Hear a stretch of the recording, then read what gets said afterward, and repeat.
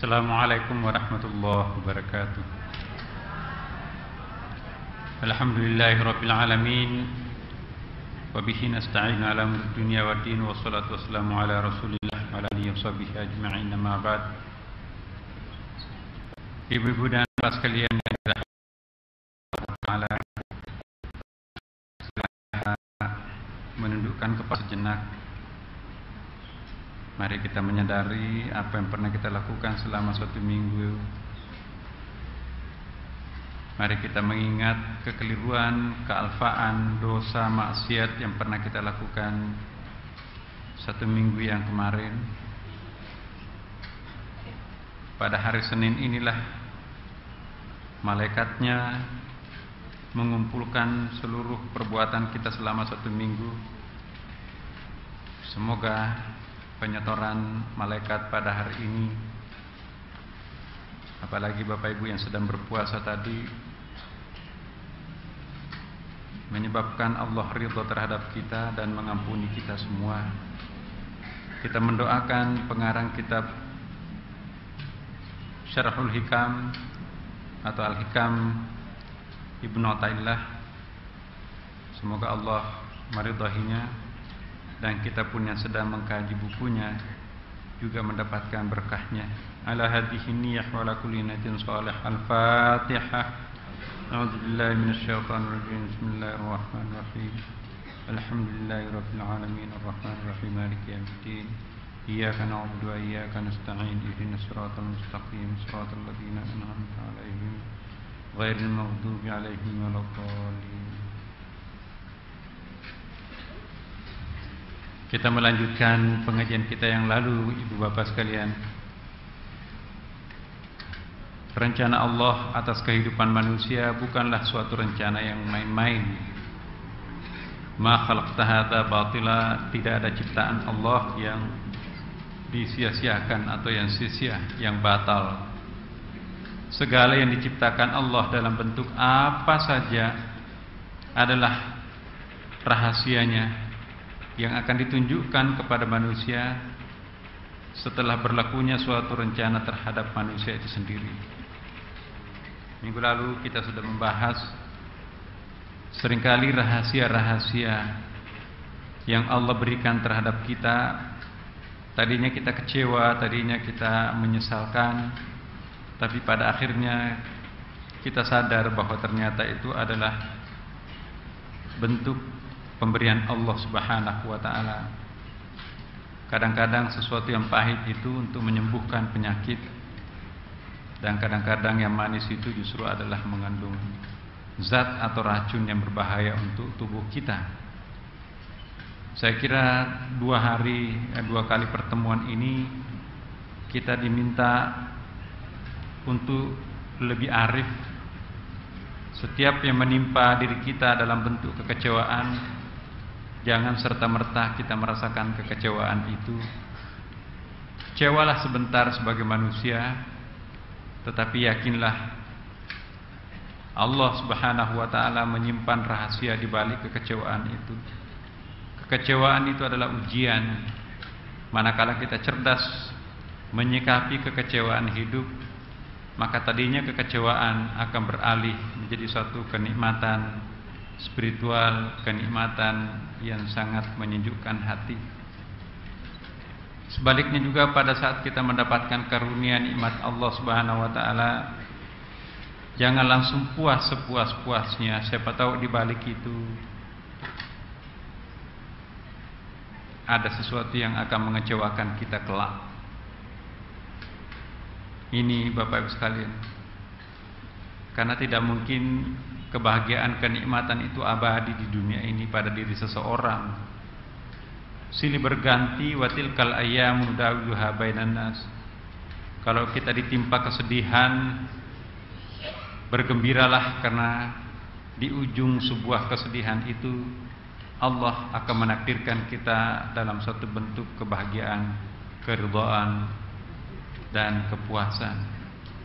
Waspadalah pada saat Allah memberikan kenikmatan, rezeki yang membahagiakan kita, karena di balik atau di ujung kebahagiaan itu ada kekecewaan.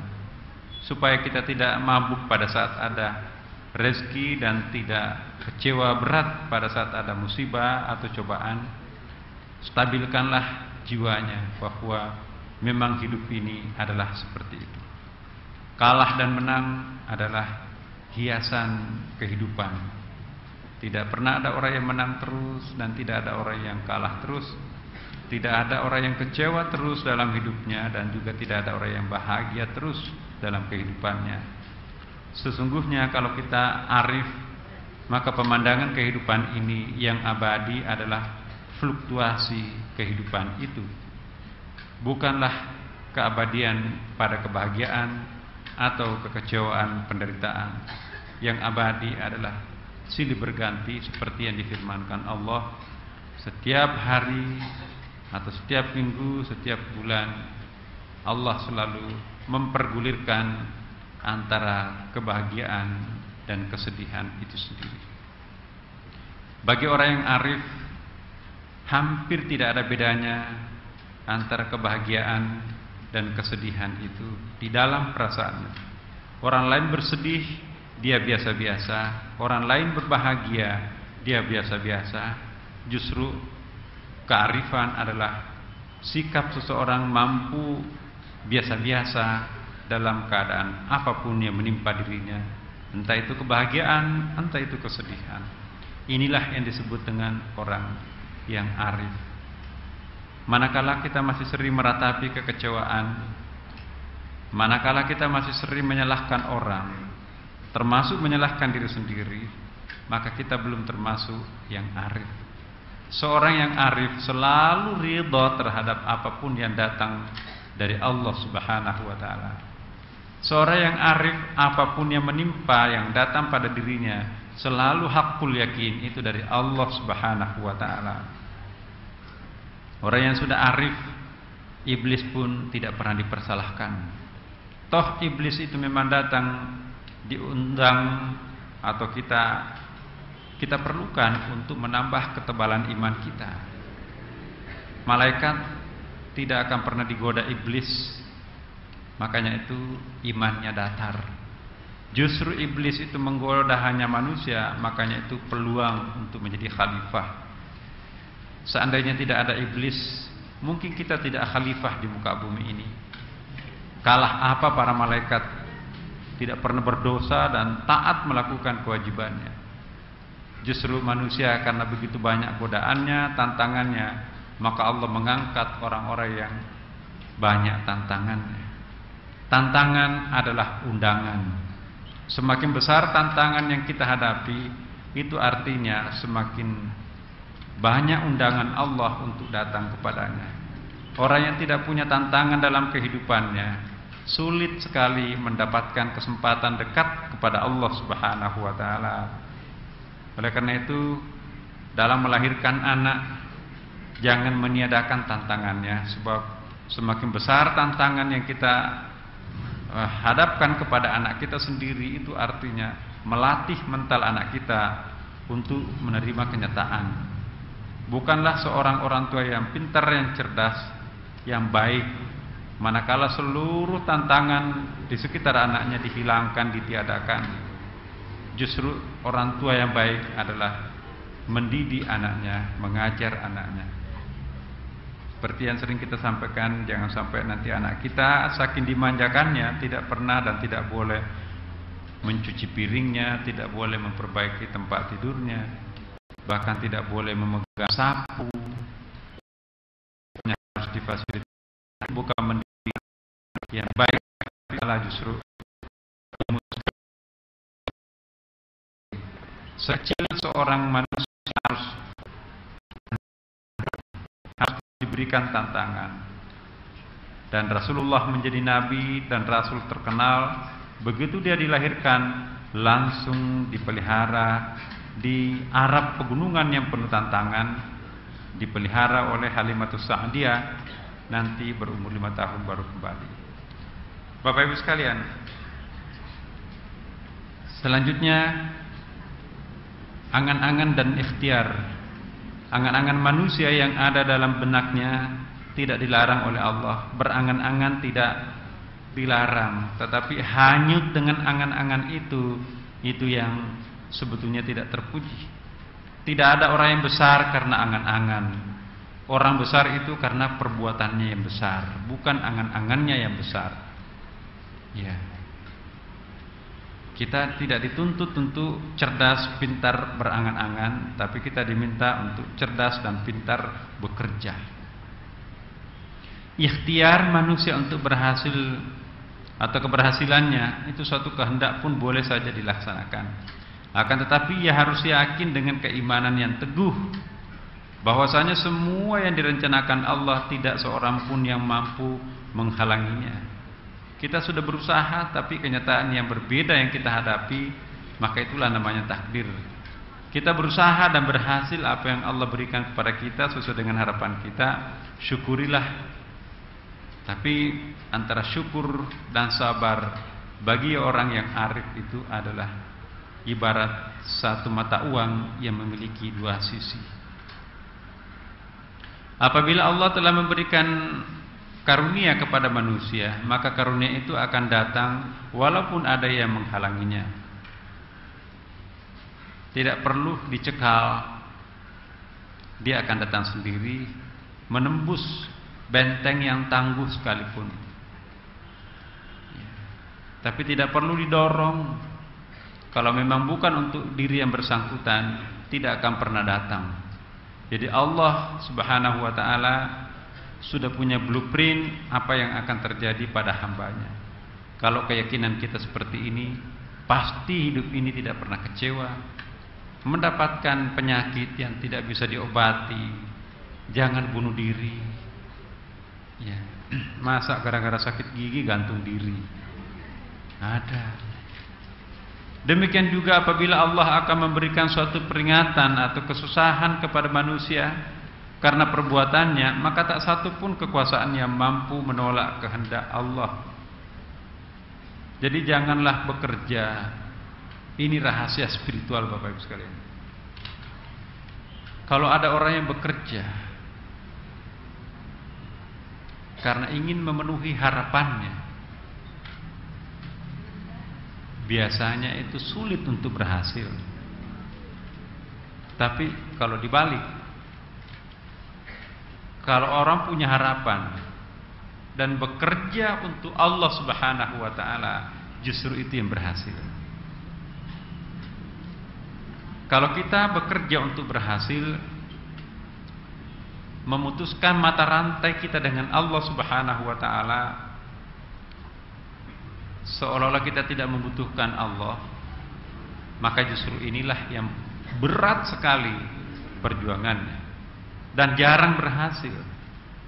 Justru yang kita tidak harapkan itu banyak yang kejutan di situ. Apa yang kita harapkan dari situ itu kecil karena yang kita harapkan dari Allah Subhanahu wa ta'ala. Ya. Saya tidak bisa menggambarkan seperti apa yang saya ingin katakan ini Bapak Ibu sekalian, tapi pengalaman pribadi kita masing-masing. Justru kalau kita mendekatkan diri kepada Allah Subhanahu wa ta'ala, apa yang pernah kita cita-citakan, yang pernah kita harapkan, malah kok datangnya lebih gampang. Tapi kalau kita mengejar, memburu cita-cita itu sendiri tanpa melibatkan Tuhan di situ, seperti mengejar fata morgana. Di depan jalan lurus seolah-olah ada air gemilau di atas jalan, sampai terobosan jauh tidak ada air itu. Yang ada adalah bayang-bayang itu sendiri. Inilah enaknya orang yang beriman. Kadang-kadang tidak memprogram, malah berhasil. Jadi program kita yang paling unggul, yang paling besar adalah taqarrub ilallah, mendekatkan diri kepada Allah Subhanahu wa ta'ala. Bapak Ibu bekerja lillahi ta'ala di kantornya, apakah itu pemerintahan atau swasta, tampilkan pekerjaannya, mencintai betul pekerjaannya lillahi ta'ala. Justru tanpa pamrih itulah sehingga Bapak Ibu mendapatkan penilaian positif dari bosnya. Tapi kalau kita bekerja seolah-olah untuk cari muka terhadap bos atasan kita, itu tidak diterima oleh hati nurani si bos itu sendiri. Siapa yang ingin diterima oleh hati nurani partnernya, pantulkanlah hati nuraninya itu kepada Allah. Dari Allah turun kepada hatinya orang. Cara mencari muka itu bukan langsung mencari muka terhadap orang itu. Mencari muka terhadap siapapun juga, carilah jati dirinya di depan Allah Subhanahu wa taala. Terlalu kecil apa yang kita harapkan itu. Kadang-kadang apa yang kita harapkan Allah memberikan jauh lebih besar darinya. Jadi ringan kehidupan ini kalau kita punya iman. Tapi berat menjalani kehidupan ini manakala kita akan menyelesaikan sendiri seluruh problem kehidupan. Pasti Bapak Ibu, kalau Bapak Ibu mau menyelesaikan sendiri pekerjaannya, apa kemampuan kita? Enggak bisa. Justru karena kita punya Tuhan yang Maha Penolong, ya kita serahkan, ya Allah, kemampuan saya seperti ini. Saya tidak punya siapa-siapa yang bisa membacking saya. Saya tidak punya apa-apa yang bisa saya gunakan pelicin. Saya juga tidak punya kemampuan, keterampilan. Saya adalah diri saya sendiri seperti ini. Satu-satunya yang aku miliki hanya Engkau, ya Allah. Tawakal di situ. Justru penyerahan diri secara penuh terhadap Allah Subhanahu wa taala itu melahirkan keikhlasan, melahirkan cinta terhadap profesi dan kerja kita, dan qanaah muncul, merasa puas apa yang ada pada diri kita sendiri, sehingga kita bekerja plong tanpa beban. Semua baik terhadap kita dan semua kita baik terhadap mereka. Justru seperti itu yang mendatangkan prestasi yang bagus. Tapi kalau kita mereduksi, ya, seolah-olah melepaskan Tuhan di dalam program kita, melepaskan aspek kemanusiaan di dalam diri kita sendiri, melulu untuk mencari muka. Dari pagi sampai siang, tunggu-tunggu bosnya kapan datang, jam berapa, baru aktif. Kalau datang nanti melaporkan seluruh kebaikan, ditambah-tambah sedikit atau banyak. Justru seperti itu, percayalah Bapak Ibu sekalian, tidak berkah. Sekalipun Bapak Ibu dapat rezeki karena menjual diri seperti itu tidak akan berkah. Tidak akan ada kebahagiaan. Rezeki yang diperoleh dengan cara itu tidak mungkin Bapak Ibu bisa khusyuk dalam salat. Percayalah. Justru kekhusyuan dalam salat itu lahir karena keikhlasan bekerja. Semua yang kita makan adalah halal. Bagaimana mungkin diri kita bisa khusyuk dalam sholat? Darah daging yang kita punyai ini adalah bersumber daripada kamuflase, manipulasi kehidupan. Memang banyak yang kita miliki, tapi untuk apa yang banyak itu? Sampai berapa lama sih yang banyak itu kita nikmati? Justru yang sedikit tapi berkah, itulah yang abadi. Ya. Jadi jangan pernah merasa minder karena sedikit. Jangan pernah merasa bangga karena banyak. Tapi berbanggalah karena kita bisa mendekatkan diri dengan Allah. Bersedihlah karena kita jauh dengan Allah Subhanahu wa taala. Maka dengan demikian Bapak Ibu, pasti kehidupan ini akan ringan. Problem yang tadinya besar itu menjadi kecil, dan problem-problem kecil itu menjadi hilang sama sekali. Yang ada adalah optimisme kehidupan. Dan percayalah, orang yang seperti ini tidak akan pernah kecewa di dalam hidupnya. Betul. Orang yang diselimuti dengan cinta, setiap bangun tidurnya sampai tidurnya penuh dengan cinta, pasti mulutnya selalu tersenyum dan tidak pernah cemberut dalam kehidupannya. Apapun pengalaman hidupnya, sepahit apapun. Tapi sebaliknya bisa terjadi. Nah, guru kita Syekh Athaillah mengajari kita bagaimana cara hidup dengan damai.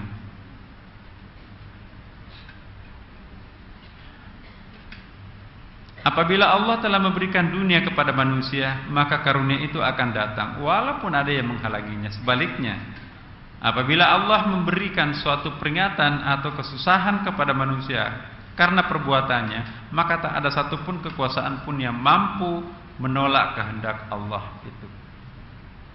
Kita tidak boleh menghindar dari takdir. Terimalah takdir itu dengan senyum, dan terimalah kebahagiaan itu juga dengan syukur. Nah, sekarang kita masuk di bab keempat, penjelasan tentang rezeki yang sudah ditetapkan. Nah, ini bab kelima. Ibnu Athaillah berkata, ijtihaduka fima dumina laka wa taqsiruka fima tuliba minka dalilun alam timasi al-basirati minka. Subhanallah, Bapak Ibu yang faham bahasa Arab ini disusun dalam suatu bentuk bahasa yang sangat puitis ya. Kita mencoba untuk menerjemahkan. Kesungguhanmu di dalam mengejar yang sudah dijamin untukmu oleh Allah, dan kelalaianmu untuk melaksanakan apa yang dibebankan kepadamu, itu merupakan tanda butanya basirah atau mata hatinya. Saya ulangi sekali lagi. Kesungguhanmu untuk mengejar apa yang sudah dijamin untukmu. Jadi sudah dijamin oleh Allah, tapi kita bersungguh-sungguh untuk itu. Dan kelalaianmu untuk melaksanakan apa yang dibebankan kepadamu, sudah diwajibkan tapi masih lalai untuk itu, maka itu merupakan tanda butanya mata hati kita. Dengan bahasa sederhananya, kalau kita masih menghabiskan energi mencari sesuatu yang sudah dijamin oleh Allah pasti kita peroleh ya, itu pertanda butanya mata hati kita. Sebaliknya, manakala kita sudah sadar bahwa ini adalah suatu kewajiban dari Allah, tapi kita masih melalaikannya, maka itu juga pertanda butanya mata hati kita. Logikanya, kalau kita ingin tajam mata batinnya ini, tidak perlu menghabiskan energi mencari sesuatu sekuat tenaga yang sudah Allah menjamin akan kita peroleh itu. Tidak perlu pertanyakan apa yang diwajibkan Allah, lakukanlah. Inilah orang yang cerdas, dan orang yang seperti inilah nanti mendapatkan kebahagiaan dunia dan di akhirat. Kita lihat penjelasannya. Sesuatu yang telah dijamin oleh Allah kepada seseorang hamba adalah rezeki. Rezeki itu bisa dalam bentuk materi, rezeki itu juga bisa dalam bentuk kebahagiaan, rezeki itu bisa dalam bentuk nama baik, rezeki itu bisa dalam bentuk kesehatan.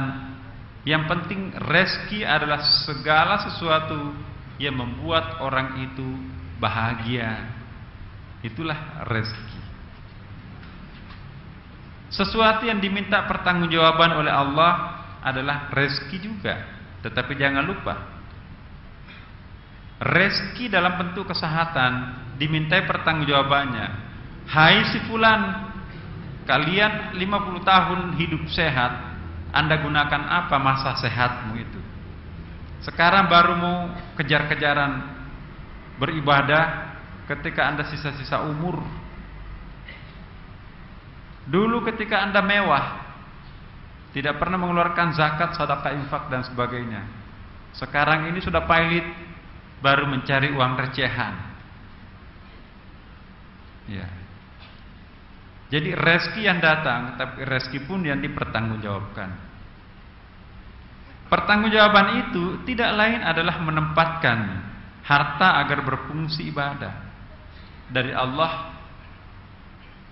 pemilik sepenuhnya properti kita itu bukan kita.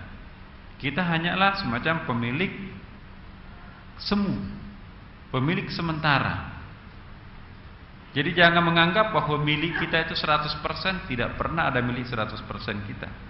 Orang yang memiliki 100% propertinya, itulah nanti membuahkan kekikiran. Tapi orang yang yakin bahwa hartanya itu adalah titipan Tuhan sementara, maka orang itu tidak akan bisa kikir.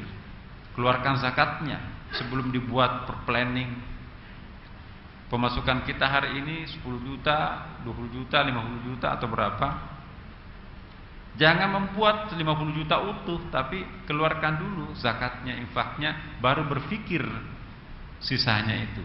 Kalau memprogram 50 juta itu artinya membiarkan batil itu masuk ke dalam program kita. Tidak ada berkah di situ. Siapa orang yang memakan gajinya 100% tanpa mengeluarkan zakatnya, memakan harta batil namanya. Tidak pernah Allah memberikan sesuatu kepada manusia 100%. Ada haknya Allah yang harus dikembalikan, yaitu dalam bentuk zakat fitrah, diperuntukkan kepada perwakilan yang diminta Tuhan, orang miskin dan lain sebagainya. Asnaf yang 7 itu.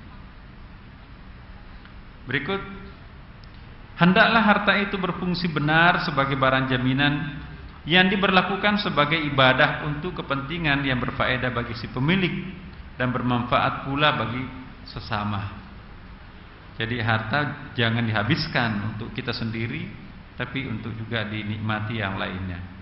Allah Subhanahu wa taala adalah pemilik sah dari segala harta itu. Harta yang menjadi jaminan itu akan ditarik kembali oleh Allah apabila harta itu tidak memberikan manfaat bagi agama, sesama hamba dalam hubungannya dengan keagungan nama Allah. Harta itu ujian, cobaan. Ya, kalau Allah menyayangi kita, cepat Allah menarik harta itu sehingga kita jadi pilot, alhamdulillah. Daripada nanti menjadi kaya seumur hidup tapi tidak pernah mengeluarkan zakatnya, abadi di dalam neraka. Nauzubillah. Jadi lebih baik pilot ketimbang kaya terus-menerus, tapi kita membiarkan diri kita dan keluarga kita makan api neraka. Jadi jangan salah paham kalau kita jadi pilot, mungkin Tuhan mencintai kita, Dia akan mengakhiri masa kedosaan kemaksiatan kita terhadapnya. Jaminan itu berarti Allah Subhanahu wa taala adalah pemilik yang sah dari semua harta yang ada di tangan manusia itu. Allah Ta'ala akan ridha apabila rezeki Allah itu akan menghidupkan syariah, kesejahteraan para hamba, dan tentu Allah akan murka apabila rezeki itu jatuh ke tempat maksiat. Tidak boleh harta itu bergulir di kalangan segelintir. Harta itu harus jatuh kepada kelompok mustadafin yang wajib zakat itu. Jangan memberikan hadiah terhadap orang yang tidak pantas mendapatkan hadiah. Orang kaya kok dikasih hadiah. Itu namanya bisa jadi riswah, sogok. Sudah kaya dikasih lagi. Itu kan tidak masuk akal sehat kita itu. Mestinya yang dikasih itu adalah mereka-mereka yang tidak punya kemampuan apa-apa. Malah justru yang dikasih atasannya, bosnya. Lebih celaka lagi si bos ini juga, si atasan ini menikmati pemberian itu. Kalau memang menjadi bos yang baik, terima kasih, kembalikan. Ada orang yang paling berhak, bukan saya yang paling berhak pemberian itu. Kita lanjutkan bahwa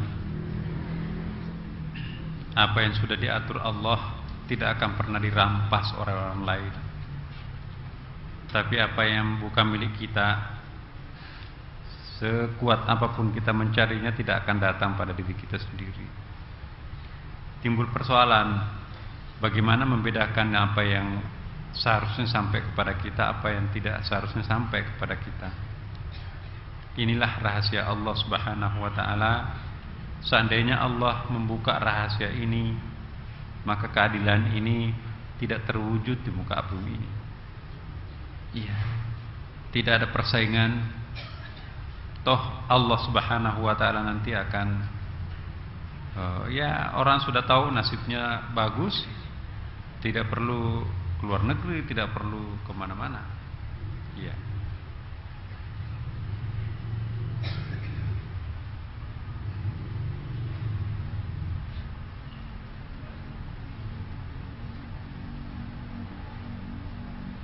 Iya.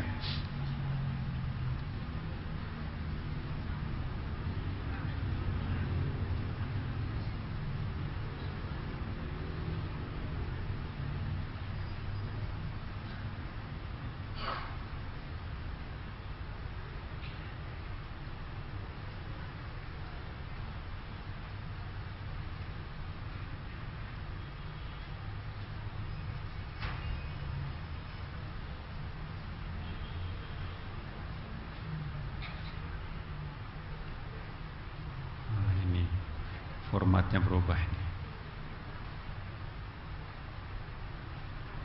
Ya.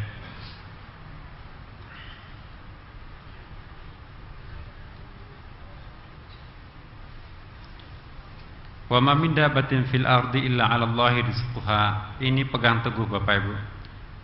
Ini firman Allah dalam surah Hud ayat 6. Tiada seekor binatang melata pun di muka bumi ini melainkan telah dijamin oleh Allah rezekinya. Dabah di sini bukan hanya binatang seperti semut, kerbau. Dabah di situ menurut ulama tafsir termasuk juga manusia. Pokoknya apapun yang melata di muka bumi ini, entah itu binatang, kecoa, manusia, itu semua pasti dijamin rezekinya oleh Allah Subhanahu wa taala. Sepanjang ada napas turun naik, itu artinya ada jaminan rezeki dari Allah Subhanahu wa taala. Jangan takut menjalani kehidupan ini. Jangan takut pahit sekalipun, bangkrut sekalipun. Bukankah kita dulu juga selembar helai kain pun tidak ada yang melekat pada diri kita sendiri, tapi juga pada akhirnya memiliki banyak rumah, memiliki banyak kesempatan hidup. Kalau Allah mengambil satu, tidak ada artinya dibanding dengan ketika kita pertama kali keluar dari perut ibu kita sendiri. Standar kita adalah ketika kita pertama kali keluar dari rahim ibu. Jangan mengukur standar kita tahun lampau ketika kita mencapai masa kejayaannya. Ya, mantan pejabat, mantan konglomerat, selalu yang akan dijadikan standar ketika hidupnya mencapai puncak kulminasi tadi. Justru standar kehidupan kita itu, kalau ingin hidup dengan damai, tenang, tengoklah ke bawah, pasti banyak orang di bawah kita. Kalau hanya mendongak ke atas, banyak sekali orang di atas kita. Akhirnya kita ingin ke atas. Jadi sesekali kita tuh menengok ke bawah, dan itulah hikmahnya sujud Bapak. Orang yang tidak pernah sujud itu paradigmanya ke atas terus, mau meniru yang di atasnya. Tapi kalau orang yang sering sujud, maka dia akan sering melihat ke bawahnya, dan yang di bawah itu alhamdulillah yang akan muncul. Tetapi kalau yang melihat ke atas terus, menyesali hidup itu, jadi beban hidupnya akan bertambah. Ya, sekali-sekali kita hidup sujud, tapi juga sami Allahu liman hamidah, menengadah ke atas. Perbandingan bahwa dalam hal apa kita harus menengok ke bawah, dalam hal apa kita harus melihat ke atas. Melihat ke samping, assalamualaikum warahmatullahi sebelah kanan, assalamualaikum di sebelah kiri. Itu kita harus melihat pemandangan hidup ini penuh dengan warna-warni. Kalau hanya ke atas melulu, tidak pernah melihat kanan, kiri, apalagi tidak pernah sujud, menjatuhkan mahkota yang paling berharga dalam dirinya, yaitu kepala, di tempat yang paling di bawah namanya sujud, maka orang itu nanti akan angkuh dalam hidupnya. Jadi gerakan salat itu semuanya penuh arti dalam meringankan beban kehidupan. Allah Subhanahu wa taala tidak pernah memaksa manusia. Dalam menuntut rezeki di dunia ini, Allah tidak akan memaksa manusia agar mendapatkan harta yang berlimpah. Tidak ada kewajiban manusia untuk menjadi pengumpul harta terbesar. Kewajiban manusia adalah menjadi hamba terhadap Tuhan, apakah dalam keadaan mewah atau dalam keadaan miskin. Manusia diberi kesempatan memenuhi kebutuhan hidupnya menurut kemampuan mereka masing-masing dengan cara-cara halalan thayyibah. Kalau Bapak Ibu tidak perlu bersedih hati, kok kenapa saya tidak bisa memasukkan uang di celengan itu dengan uang besar, selalu uang recehan. Ya, kemampuan ibu seperti itu, bapak seperti itu. Ya, kita jangan menyesali diri kita, kenapa saya harus jadi miskin sehingga tidak bisa membantu fakir miskin, tidak bisa mewakafkan harta. Ya, ikhlaskanlah apa yang Anda miliki, maka insya Allah Tuhan akan memberikan pengertian bahwa kamu memang pantas. Yang seperti itu pantasnya, jangan melampaui batas. Karena kadang-kadang orang, Bapak Ibu, sebetulnya kemampuannya untuk menyumbang itu, taruhlah misalnya 100.000, Tapi karena malu menyumbang 100.000, di samping kanan kiri itu 1 juta. Dia juga paksakan, saya 500.000. Pergi ke undangan, masa kita cuman 100.000 orangnya kayak gitu. Dia paksakan diri. Musim kawin ada 8 undangan. 1 hari. Pak Saiful undangannya 8 kali dalam 1 hari Sabtu itu, misalnya hari Minggu. Kali sekian. Nah, jadi kita jangan memaksakan diri, dan kita juga harus penuh pengertian. Loh, kok ini cuma segini isi amplopnya. Ya, sedikit tapi itu ikhlas. Itu lebih baik berkah buat kita. Banyak terhadap pemberian mereka terhadap kita, itu nanti akan dipotong selebihnya oleh KPK misalnya. Ya, masa uang keikhlasannya orang dipangkas? Saya nggak tahu ya, saya mungkin salah. Saya ingat teman saya tahu dia seorang ustadz, tapi kebetulan dia menjabat. Isi penyanyi itu ya, walimahnya itu harus diserahkan ke KPK. Bagaimana bisa mengukur pemberian itu? Mungkin ada bekas muridnya yang begitu terharu melihat jasanya terhadap menjadikan dirinya sebagai orang, tanda terima kasihnya. Tapi karena lebih dari sekian harus masuk KPK. Nah, ini hati-hati, jangan sampai haknya orang kita rampas, itu juga haram. Jadi negara tidak boleh merampas haknya orang yang sangat ikhlas dari orang lain. Yang salah itu adalah memang ada maunya, riswah. Nah, itu yang salah. Tetapi ya kalau dipotong sama semuanya, yang penting lebih dari sekian, nah hemat saya itu juga ada masalah. Sama masalahnya kalau kita membiarkan juga pemberian berlimpah kepada orang yang menjabat. Ya, jadi saya kira memang perlu proporsional. Bapak Ibu sekalian, manusia diberi kesempatan memenuhi kebutuhan hidupnya menurut kemampuan mereka masing-masing. Nah, ini yang penting. Ajaran Islam mengenai harta. Harta dalam Islam diajarkan agar manusia itu tidak bersikap berlebih-lebihan, tidak melakukan israf. Berlebih-lebihan itu begini Bapak Ibu. Kalau Bapak Ibu pernah membaca buku-buku tasawuf, pengalaman-pengalaman cara makannya para sufi, cara Rasulullah, tidak ingin ada sebiji nasi tertinggal di piring nasinya. Misalnya kalau kita makan, masih ada sebiji nasi di piring nasi kita, itu termasuk berlebih-lebihan. Apalagi kalau penuh piringnya, ya, yang dicoba hanya 3 sendok, mungkin karena tidak selera, ditinggal begitu saja. Subhanallah.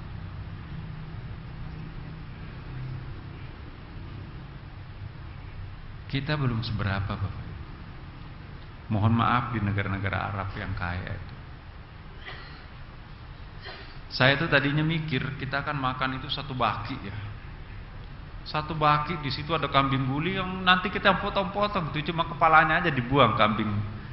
Jadi kambing yang paling enak itu ketika belum makan rumput baru menyusu kepada induknya. Enggak ada tulangnya itu. Ya. Atau kambing yang muda lah, masih sangat muda, berenang di atas nasi kebuli itu. Kita makan berhadapan-hadapan, 1 baki besar. Nah, perut Indonesia makannya ya berapa sih itu? Hanya separuh paha, itu sudah sangat lumayan itu. Tapi selebihnya itu saya pikir itu nanti akan dikasih ke karyawan atau apa. Masuk di tong di tempat sampah lah. Subhanallah, na'udzubillah. Saya ingat negara kita di Indonesia, begitu banyak orang yang butuh makanan enak seperti ini. Ya. Kalau sudah kita keluar semua, jamuan kerajaan misalnya itu jamuan resepsi itu, Bapak Ibu, itu kadang-kadang apa ya, miris hati kita itu. Belum separuh bagi itu dengan makanan yang sedemikian enak, belum lagi lauk pauknya itu. Begitu dikumpulkan masuk ke dalam gerobak itu, subhanallah. Saya nggak tahu diapain nanti berikutnya. Tapi itu masuk di tempat itu. Nah sementara juga masih banyak orang yang ingin makan. Bukan hanya di Indonesia, di negara-negara Timur Tengah sendiri itu juga pinggir-pinggirnya masih banyak itu yang makanannya itu pas-pasan. Nah jadi Rasulullah makan mencontohkan sampai menjilat, mohon maaf, menjilat tangannya. Siapa tahu nanti ada butiran-butiran gandum atau apa makanan Arab situ. Ya. Jadi bersih betul. Apa? Makanan Nabi, siapa tahu berkah itu terletak pada butiran nasi terakhir di atas piring yang tidak dimakan itu. Jadi kita juga perlu Bapak Ibu, ajarilah diri kita sendiri mengambil makanan di prasmanan itu sejauh yang bisa kita habiskan. Ya.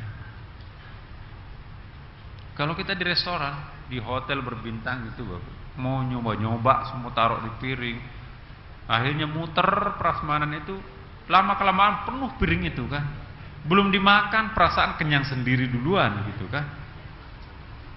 Masya Allah. Begitu dicoba satu-satu, separohnya kita makan, yang selebihnya itu main lempar. Tidak ada sedikit pun perasaan bahwa di tempat lain di sana itu pemulung ada yang mendambakan makanan seperti ini. Ya. Itu ada makanan, saya pernah diceritain orang, katanya satu porsi itu $300. Itu kayak apa itu? Ya. Oh. $300. Ya. Berarti pemulung itu yang pendapatannya per hari itu Rp6.000. Butuh waktu berapa tahun untuk saving baru bisa makan satu kali dengan cara seperti itu. Dia juga hamba Tuhan, anak manusia juga ya kan. Kadang-kadang memang hidup ini tidak adil. Ada orang yang begitu enteng meninggalkan makanan berlebih, sementara ada yang mengais tempat sampah, tidak peduli nasi basi, nasi aking. Subhanallah. Bagi kita Bapak Ibu sekalian, kalau memang terpaksa harus menyisahkan, niatkan, ya Allah, kemampuan perut saya memang seperti ini. Semoga ada makhluk lain berupa serangga, semut atau apa, tikus, menghabiskan makanan ini. Yaitu sedekah kita untuk mereka. Jadi jangan meninggalkan begitu saja makanan sisa itu. Niatkan, ya Allah, kemampuan saya seperti ini, semoga ini bisa mengenyangkan makhlukmu yang lain. Jadi dengan demikian ada hubungan batin dengan makhluk yang memakan sisa kita. Mudah-mudahan tikus yang makan sisa kita itu mendoakan kita, terima kasih ya, ada orang yang memberikan sisanya terhadap kami, bukan tulang-tulangnya tapi isinya, atau kucing atau apalah. Karena sikap ini akan membawa ketamakan, sedangkan ketamakan itu akan menjerumuskan kepada kerusakan dan aniaya. Sikap rakus dan aniaya itu akan membutakan mata hati manusia. Ya, hati-hati Bapak Ibu. Tamak, tadinya puasa kan, pokoknya nanti balas dendam habis maghrib, sudah segala macam piring di depannya itu. Memang betul-betul balas dendam. Ya. Oke lah kalau puasa. Tetapi yang jadi masalah adalah dalam kehidupan normalnya selalu seperti itu. perut dimanjakan, mata dimanjakan, ya, telinga dimanjakan. Kaset-kaset itu sudah satu lemari kasetnya itu nggak pernah diputer itu, pokoknya yang penting koleksi. Subhanallah. Mata dimanjakan, beli, pokoknya budaya beli, sampai lemarinya nggak muat masukkan ke gudang. Ada orang seperti itu, hobinya mengoleksi. Satu kali dipakai seumur hidup, bahkan mungkin lupa kalau pernah membeli sesuatu itu. Termasuk perhiasan emasnya, saking banyaknya, kotak-kotaknya itu ada yang nggak pernah dapat giliran untuk dipakai. Nah, sampai meninggal diperebutkan ahli warisnya. Nauzubillah. Jadi bukan banyaknya yang membahagiakan kita. Sedikit tapi berkah itu lebih baik. Lalu sikap orang mukmin mencari rezeki. Seorang mukmin ketika mencari rezeki dengan sungguh-sungguh selalu memperhatikan cara bermuamalah. Jangan mengambil hak orang. Ya. Sikap hati-hati, jangan membuat orang tersinggung. Mampu membedakan antara harta yang halal, yang syubhat, dan yang haram. Jadi kehati-hatiannya sangat. Kalau kita sudah menafikan syubhat, maka awal untuk melakukan yang haram. Ya. Kalau syubhat itu artinya ragu Bapak Ibu, apakah ini halal atau haram, itu namanya syubhat. Kalau membiasakan hati kita itu mengkonsumsi yang syubhat, maka satu jengkal lagi nanti kita akan membiasakan diri mengkonsumsi yang haram.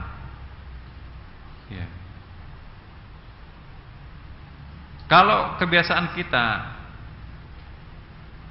mendekati yang makruh, ini makruh kok belum sampai haram, satu jengkal lagi kita akan meninggalkan yang melakukan yang haram itu, meninggalkan yang wajib bahkan. Nah, ini sikap seorang mukmin, harus ada kewaspadaan diri kita sendiri. Jaminan Allah dalam hal rezeki, wa'mur ahlaka bis-sholati wasbir 'alaiha la tas'alaka rizqan nahnu narzuquka. Ini, dan perintahkanlah kepada keluargamu mendirikan salat, bersabarlah kamu dalam mengerjakannya. Kami tidak akan meminta rezeki kepadamu, kamilah yang memberikan rezeki kepadamu, kata Allah. Tuhan tidak pernah meminta. Jadi zakat itu bukan untuk Allah sebetulnya, tapi untuk fakir miskin. Jadi Allah itu tidak pernah minta kepada makhluknya, ya. Tapi makhluk yang butuh terhadap Tuhannya. Nanti ini penjelasannya, kita sudah sering melakukan penjelasan ini, ya. Kita loncat. Nah, ini ada Ibrahim Al-Khawas. Ini seorang alim. La tatakallafu ma kafaita wa la tadi'a mastakfaita. Janganlah memaksakan diri untuk mencapai apa yang telah dijamin untuk dicukupi, dan janganlah menyanyiakan atau mengabaikan apa yang telah diamanahkan atau diwajibkan kepadamu untuk memenuhinya. Jadi hampir sama dengan baitnya Syekh Athaillah tadi. Jadi rezeki banyak kaitannya dengan persiapan manusia untuk berjumpa dengan Allah. Nah, ini rezeki banyak kaitannya dengan persiapan manusia untuk berjumpa dengan Allah. Tidak mungkin rezeki yang haram itu akan mendekatkan hamba kepada Tuhan. Kenapa Tuhan tidak pernah mengabulkan doa saya? Bagaimana Tuhan bisa mengabulkan doa? Pakaian yang dipakai menutup aurat ini adalah dari yang syubhat atau mungkin haram. Energi yang digunakan mengangkat tangan berdoa kepada Tuhan itu dari yang syubhat sampai yang haram. Jadi bagaimana Allah bisa mengabulkan permintaan hamba yang seperti ini? Inilah maksudnya. Jadi rezeki banyak kaitannya dengan persiapan manusia untuk berjumpa dengan Allah. Rezeki selain menjadi bekal hidup di dunia, termasuk pula untuk bekal di akhirat. Apabila harta yang telah direzekikan kepada manusia dipergunakan untuk kepentingan agama dan amal soleh, menginfakkan dan menzakatinya, maka itulah nanti yang kita akan peroleh. Wa tazawwadu fa inna khairaz zadi taqwa. Berbekallah, dan sesungguhnya sebaik-baik bekal adalah tawakal. Wa tazawwadu fa inna khairaz zadi taqwa. Nah, ketakwaan dalam harta tidak lain adalah memberikan harta itu kepada hamba Allah yang berhak menerimanya. Karena dalam harta setiap muslim itu terkandung hak orang-orang duafa. Yang terakhir, Bapak Ibu, saya akan pindah ke bab ke-6. Penjelasan tentang tertundanya pengabulan doa. La yakun ta'akhuru amdil ata'i ma'al ilhahi fi du'ai mujiban liya'sik fa huwa dhamina lakal ijabah fima yakhtaruhu laka la fima takhtaru li nafsika wa fil waqti alladhi yuridu la fil waqti alladhi turid. Belum terkabulnya atau terlambatnya dikabulkan pemberian Allah. Saya ulangi, belum terkabulnya sebuah doa, belum terkabulnya permohonan kita dari Allah ya, itu maksudnya. Belum terkabulnya atau terlambat datangnya pemberian Allah, mesti sudah dimohonkan berulang-ulang dengan penuh harapan.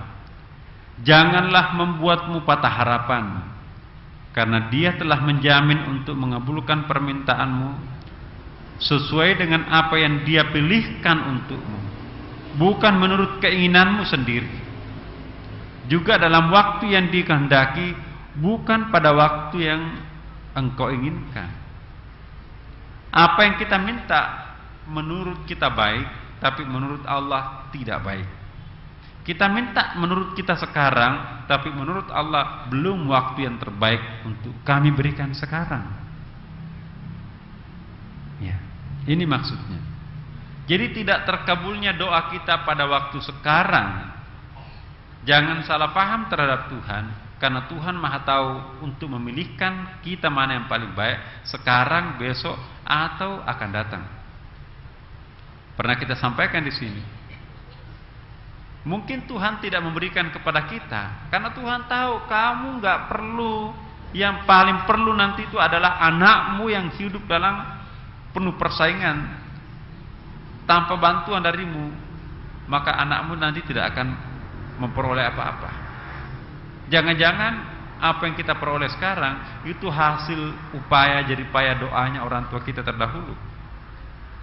Doa orang tua yang tertunda diberikan kepada kita. Tuhan Maha tahu. Dan doa tidak pernah ada yang disia-siakan Allah Subhanahu wa taala. Sepanjang itu dipenuhi syarat-syarat doa itu. Nah, berlakulah kaidah di sini. Belum terkabulnya pemberian Allah, meskipun sudah dimohon berulang-ulang dengan penuh harapan, dengan khusyuk, janganlah membuatmu patah harapan, karena Dia telah menjamin untuk mengabulkan permintaanmu sesuai dengan apa yang Dia pilihkan untukmu, bukan menurut keinginanmu sendiri, juga dalam waktu yang dikehendaki, bukan pada yang engkau inginkan. Mungkin kita minta ikan, tapi Tuhan memberikan pancing untuk kita. Mungkin kita minta pancing, tapi Allah juga memberikan perahu, pancing, dan sekaligus ikan pada kita. Seringkali seperti itu ya. Mungkin tidak diberikan ikan, tidak diberikan pancing, tidak diberikan perahu, tapi Allah memberikan ilmu sehingga kita bisa pintar membuat pancing, membuat perahu, otomatis bisa menangkap ikan dan lain sebagainya. Caranya Allah mengijabah doa.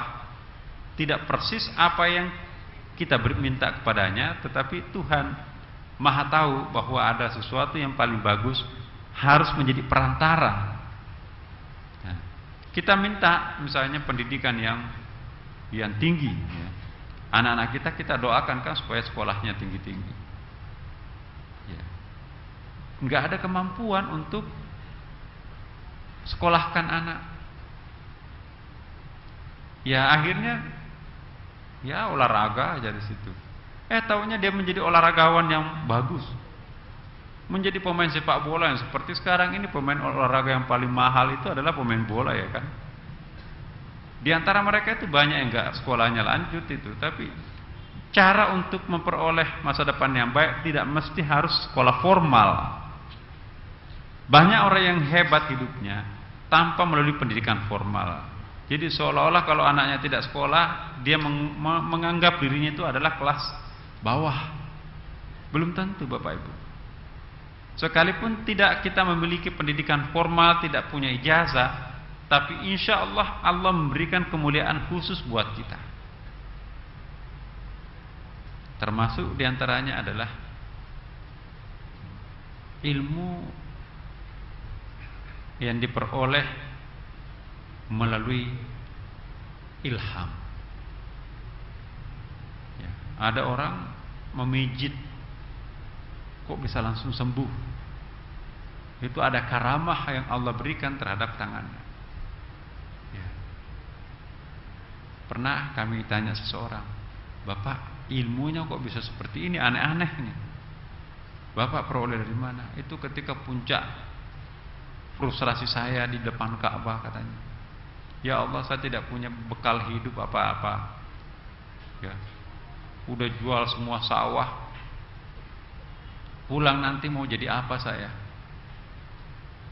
Nah, subhanallah Bapak Ibu, jari jemari tangannya itu bisa menyembuhkan orang. Jadi banyak cara untuk bisa eksis dalam hidup ini tanpa menurut dugaan dan opini umum. Jadi kalau kita tidak melalui pendidikan formal, anak-anak kita tidak bisa lanjut sekolah karena memang biayanya nggak ada atau memang bakatnya bukan di sekolah formal itu. Siapa tahu di tempat lain nanti bisa menjadi orang. Anak perempuannya mau disekolahkan nggak ada, tiba-tiba dilamar oleh anak raja Malaysia misalnya gitu kan. Atau anak raja Timur Tengah lah gitu, yang baik-baik gitu. Subhanallah banyak tuh. Jangan mencontohkan yang jelek, banyak contoh yang baik juga ya Bapak Ibu. Kita tidak boleh mengambil contoh yang jelek, ambil juga contoh yang baik supaya hidup ini juga seimbang. Iya. Saya kira inilah Bapak Ibu, penjelasannya ada di sini, tapi nanti kita akan lanjutkan minggu depan. Insya Allah hari Rabu juga akan datang. Dan pada hari Rabu kita masuk pada bab ridha itu ya Bapak Ibu. Mohon detik-detik terakhir Ihya Ulumuddin itu sangat penting. Jadi kalau Bapak Ibu hari Rabu itu libur. Hari Rabu libur apa? Oh maaf. Iya. Sampai lupa Pilpres ya. Yang penting jangan ada yang golput kan ya Bapak Ibu. Ya, hari Rabu depannya insya Allah. Kemudian hari Senin akan datang kita seperti biasa. Dan saya mohon maaf kemarin tidak sempat bersama ibu-ibu, bapak-bapak iktikaf di sini karena saya harus ke luar kota ya. Baiklah Bapak Ibu sekalian, kita akhiri dengan wassalamualaikum warahmatullahi wabarakatuh.